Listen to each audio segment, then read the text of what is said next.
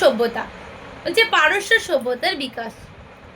এশিয়ার মাইনর থেকে আর্যদের যে দল দক্ষিণ দিকে অগ্রসর হয়েছিল তারা শেষ পর্যন্ত যে দেশে পৌঁছালো তার নাম পারস্য। তাহলে এশিয়ার মাইনর, মাইনর মানে কি? মাইনর মানে হচ্ছে প্রধান। তারা যেখানে মানে যে দেশে দক্ষিণ দিকে যেখানে পৌঁছেছিল সেটাই বলেছে কি যে পারস্য, মানে তার নাম পারস্য। আমরা এখন যে দেশকে ইরান বলে জানি তার প্রাচীন নামই পারস্য। তাহলে ইরানের প্রাচীন নাম কি? পারস্য। ইউফ্রেটিস ও টাইগ্রিস নদীর তীরে গড়ে উঠেছিল এই দেশ। তাহলে পারস্য কোন কোন নদীর তীরে গড়ে উঠেছিল? ইউফ্রেটিস ও টাইগ্রিস নদীর তীরে গড়ে উঠেছিল। পারস্য দেশের অধিবাসীদের বলা হতো পার্সি। তাহলে পারস্য দেশের অধিবাসীদের কি বলা হয়? পার্সি। এদের ভাষা ছিল ফরাসি। এদেশের প্রথম রাজা ছিলেন সাইরাস। তাহলে পারস্যের প্রথম রাজার নাম কি? সাইরাস। তিনি ছিলেন খুবই বুদ্ধিমান। তিনি যে দেশ যুদ্ধে জয় করতেন সেই দেশের অধিবাসীদের সাথে কখনো মন্দ ব্যবহার করতেন না। মন্দ মানে কি? খারাপ ব্যবহার করতেন না।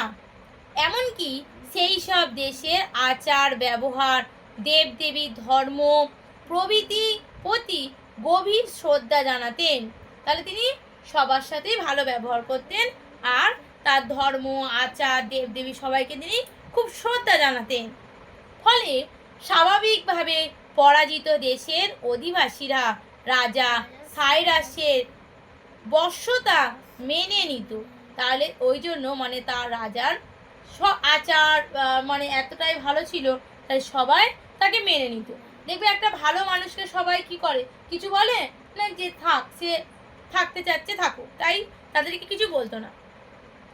এভাবেই তিনি এক বিশাল সাম্রাজ্য গড়ে তুলেছিলেন। এদেশে আরও কয়েকটি উল্লেখযোগ্য রাজার নাম ইতিহাসে পাওয়া যায়, যেমন জেরেক্লেস দয়ারুস। তাহলে এদেশে সাইরাস নামেও আরও কয়েকটা রাজা ছিল যার নাম জেরেক্লেস বা দয়ারুস। তাহলে এই চলে গেল পারস্য দেশের যে বিকাশ।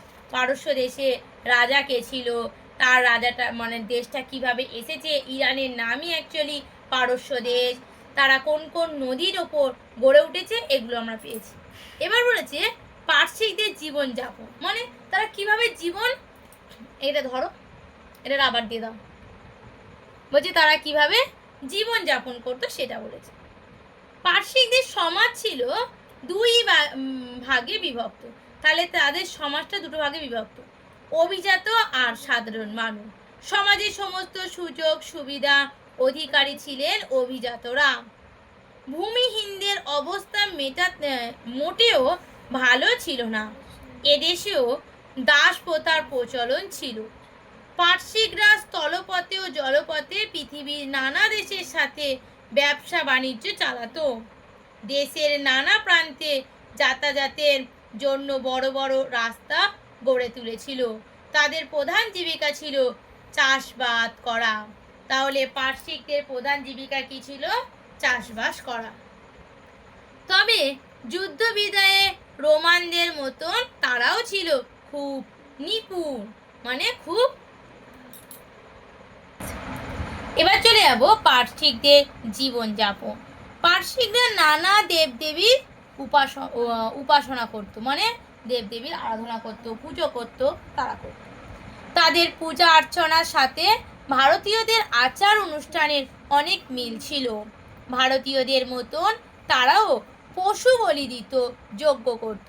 তাহলে শুধু পুজো করত নয়, তারা পশু বলি দিত, যজ্ঞ করত। যেমন ভারতীয়রা পুজো করে তারাও তেমন করত। অনেক সময় পুরোহিতরাও সোম নামক এক প্রকার উত্তেজক গুল্মের রস পান করত। সোম মানে কি? আমরা যেমন মদ্যপান করি সেরকম একটা সোম রস আছে, তারা সেই সোম রস পান করত। এই সোম রস যজ্ঞে আহুতি দেওয়া হতো। পার্সি পুরোহিতদের বলা হতো মেইগাস। তাহলে পার্সি পুরোহিতদের নাম কি ছিল? মেইগাস। একদল পুরোহিতদের একসাথে বলা হতো মেইজাক। তাহলে অনেকজন থাকলে তাকে বলা হয় মেইজান, আর একটা পুরোহিতকে বলা হয় মেইগাস। পার্শ্বিকদের প্রধান দেবতা ছিলেন মিত্র। তাদের প্রধান দেবতা হচ্ছে মিত্র।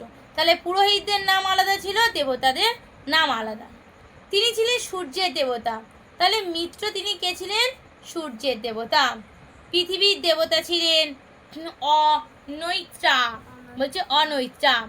এদেশে বড় এক পণ্ডিত ছিলেন যার নাম জরাথুস্ট্র।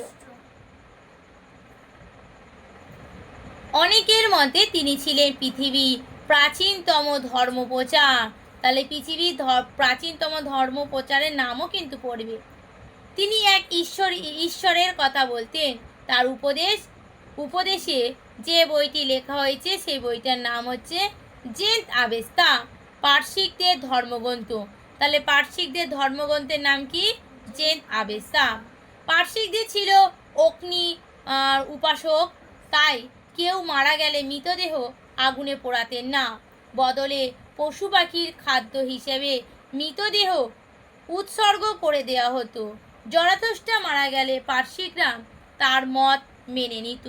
ক্রমে তারা শিল্প, স্থাপত্য, শিক্ষা ও সাহিত্য এক উন্নত জাতিতে পরিণত হয়। বর্তমানে আমাদের দেশের মহারাষ্ট্র আর গুজরাটের এমনই এক সম্প্রদায় প্রাচীন পার্শ্বিকদের বংশধারা বয়ে নিয়ে চলেছে। আজ এরা পার্শ্বিক নামে পরিচিত। এইটা তোমাদের গল্প হয়ে গেল। এবার দেখো এমসিকিউ মডেলের যে প্রশ্নগুলো আছে 1 নম্বরের এই প্রশ্ন তোমাদের, আর এই হচ্ছে এইও দেখো প্রশ্ন আছে, এইও তোমাদের দিয়েছে যে পার্শ্বিকদের সভ্যতার টোটাল কিন্তু প্রশ্ন। কারো যদি তোমাদের এই সভ্যতা জানা হয় তাহলে এই প্রশ্নগুলো তোমরা কিন্তু করবে।